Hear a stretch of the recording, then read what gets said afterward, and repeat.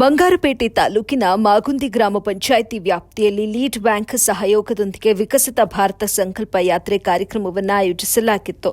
ಕಾರ್ಯಕ್ರಮವನ್ನು ಸಂಸದ ಎಸ್ ಮುನಿಸ್ವಾಮಿ ಉದ್ಘಾಟನೆ ಮಾಡಿದರು. ಬಳಿಕ ಕಾರ್ಯಕ್ರಮವನ್ನು ಉದ್ದೇಶಿಸಿ ಮಾತನಾಡಿದ ಅವರು, ಪಕ್ಷ ಜಾತಿ ಧರ್ಮ ಆಡಳಿತಕ್ಕೆ, ನಿರಪೇಕ್ಷಿತ ಆಡಳಿತಕ್ಕೆ ಭದ್ರ ಬುನಾದಿ ಹಾಕಿ ರಾಷ್ಟ್ರದ ಅಭಿವೃದ್ಧಿಗಾಗಿ ಹಲವು ಜನಪರ ಯೋಜನೆಗಳನ್ನು ಜಾರಿಗೆ ತಂದು ಅನುಷ್ಠಾನಗೊಳಿಸಿದಂತಹ ಕೀರ್ತಿ ಸನ್ಮಾನ್ಯ ಪ್ರಧಾನಮಂತ್ರಿ ನರೇಂದ್ರ ಮೋದಿಯವರಿಗೆ ಸಲ್ಲುತ್ತೆ ಅಂತ ಹೇಳಿದರು.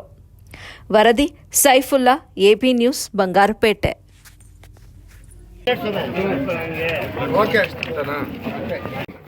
ಸನ್ಮಾನ್ಯ ನರೇಂದ್ರ ಮೋದಿ ಅವರು ಈ ವ್ಯತ್ಯಾಸ ಇದೆ.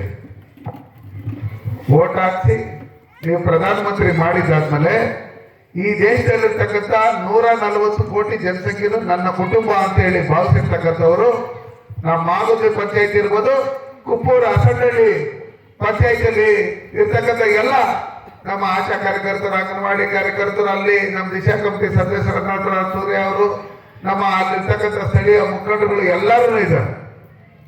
ಗ್ರಾಮ ಪಂಚಾಯತಿ ಮೆಂಬರ್ಗಳು, ಅಧ್ಯಕ್ಷರು, ಉಪಾಧ್ಯಕ್ಷರೆಲ್ಲ ಅಸಂಡಳ್ಳಿಯಲ್ಲೂ ಏನಕ್ಕೆ ಕಳಿಸಿದ್ದಾರೆ? ಮಾಲೂರು ತಾಲೂಕು, ಬಂಗಾರಪೇಟೆ ತಾಲೂಕು ಮತ್ತೆ ನಮ್ಮ ಚಿಂತಾಮಣಿ, ಬರೀ ಕೋಲಾರ ಮಾತ್ರ ಕಳಿಸಿದಾರ ಅಂತ ತಿಳ್ಕೊಳಕ್ ಹೋಗ್ಬೇಡಿ. ಇಡೀ ದೇಶದಲ್ಲಿ ಈ ತರ ಮೋದಿ ಸರ್ಕಾರದ ಗ್ಯಾರಂಟಿ ವಾಹನ, ಹಿಂದೆ ಯಾರ್ಯಾರ ಗ್ಯಾರಂಟಿಗಳು ಹೇಳಿದ್ರಲ್ಲ, 10 kg ಅಕ್ಕಿ ಕೊಡ್ತೀರಿ, 2,000 ರೂಪಾಯಿ ಹಾಕಿರ್ತೀರಿ, ಮಕ್ಕಳಿಗೆ 2,000 ರೂಪಾಯಿ ಕೊಡ್ತೀರಿ, ಅದೇನೋ ಮಾಡ್ತೀರಿ, ಇದೇನೋ ಮಾಡ್ತೀರಿ, ಆ ಥರದ್ದಲ್ಲ.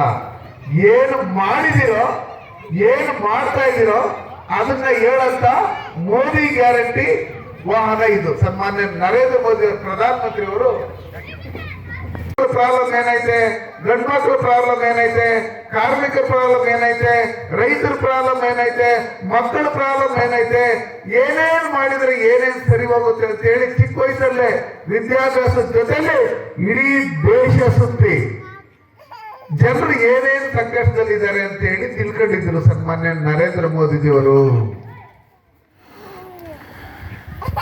ಗುಜರಾತ್ ಅಲ್ಲಿ 20 ವರ್ಷ 4 ಬಾರಿ ಮುಖ್ಯಮಂತ್ರಿಗಳಾಗಿದ್ರು.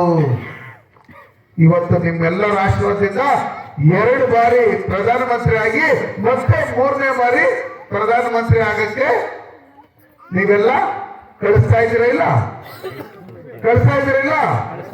ಕಳಿಸ್ತೀರಿ.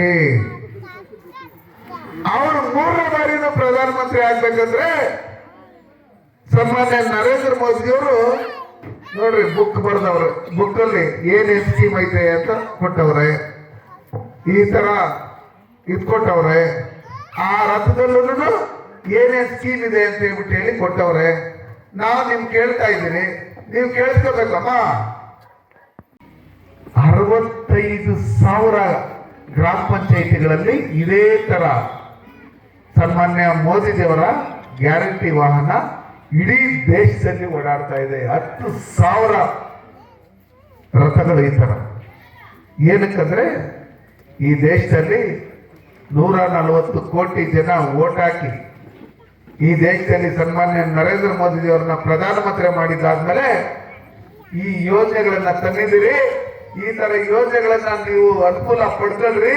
ನೀವೆಲ್ಲ ನಿಮ್ ಕಾಲ ಮೇಲೆ ನೀವು ನಿಂತ್ಕೊಂಡು ಜೀವನ ಮಾಡಿ, ಯಾರ ಹತ್ರನೂ ಅನ್ಕೋಬೇಡಿ ಹಿಂಗಾಗಿ ಅಂತೇಳಿ ಅದನ್ನೇ ಇವಾಗ ಪ್ರತಿಜ್ಞೆ ಮಾಡಿದ್ದು ನಮ್ಮ ಏನು ರೇಣುಕಾ ಹೇಳ್ಕೊಟ್ಟಿದ್ದು ನಿಮ್ಗೆಲ್ಲ.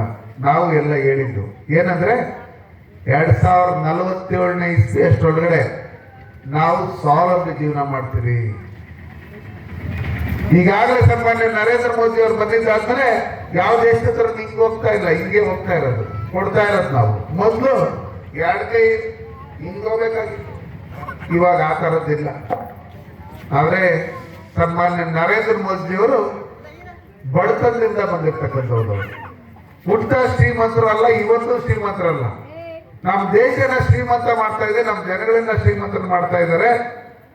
ಸನ್ಮಾನ್ಯ ನರೇಂದ್ರ ಮೋದಿ ಅವ್ರ ತಂದೆ ನಮ್ಮ ಬಂಗಾರಪೇಟೆ ರೈಲ್ವೆ ಸ್ಟೇಷನ್ ಇದೆಯಲ್ಲ, ಆ ತರ ರೈಲ್ವೆ ಸ್ಟೇಷನ್ ಅವ್ರ ಊರಲ್ಲಿ ರೈಲ್ವೆ ಸ್ಟೇಷನ್ ಅಲ್ಲಿ ಟೀ ಅಂಗಡಿ ಇಟ್ಕೊಂಡಿದ್ರು. ಟೀ ಅಂಗಡಿ ಇಟ್ಕೊಂಡಿದ್ರೆ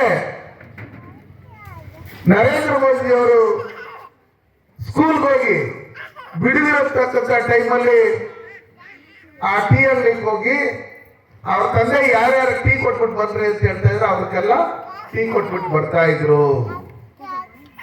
ಅವ್ರಿಗೆ ಬಡತನ ಅಂದ್ರೆ ಏನು ಅಂತ ಗೊತ್ತು.